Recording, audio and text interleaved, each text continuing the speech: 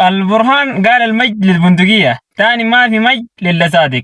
قام ظهروا القحاطة والجنجويد شغالين رجف ورجف شديد.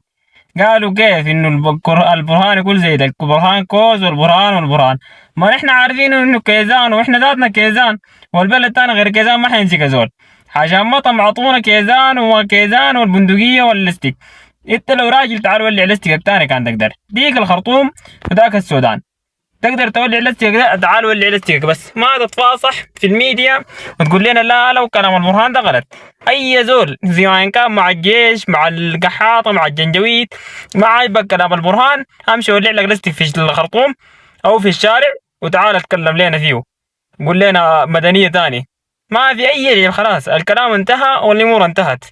ما في ثاني حاجه اسمها المجد للصادق ومدنيه حريه سلام وكلام زي ده. هم الناس اللي انتوا بتدعموا فيهم ديل وبتقولوا مدنيه حريه سلام، ديل هم اللي الان بيسرقوا في ممتلكات الشعب السوداني، هم الان اللي شردوا الشعب السوداني من بيته. عشان كده هم الان بيدعموا في المدنيه ودارينها ترجع عشان يرجعوا تاني، لكن تاني ما في هيهات ليكم. وباذن الله تعالى تاني غير انه عسكريه وجيش ما في اي حاجه، لا قحاطه لا عميل. تاني اللي جود مرة يقول مدنية تسقط العسكرية، ما في كلام زي ده. شغل حمدوك والجماعة الطيبين ديلك ما في تاني، ما حيرجع للسودان مهما حصل. تاني هي حاجة طريق نحن حيكون واحد اللي هو عسكرية، جيش واحد، شعب واحد، جنجويد لمزبلة التاريخ، قحاطة لمزبلة التاريخ، وكل متعاون حيتبلى بإذن الله تعالى.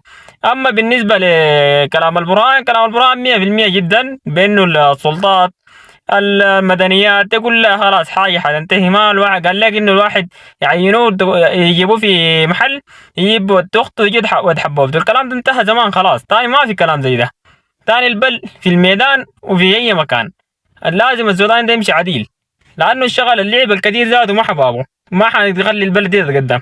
كلام البرهان ده احنا من زمان كنا دايرينه يحصل عشان الناس دي نشوف حيقبل وين. فإن شاء الله بإذن الله السودان حيكون أحسن من أول، حينضف، وقريبا دارفور تتحرر.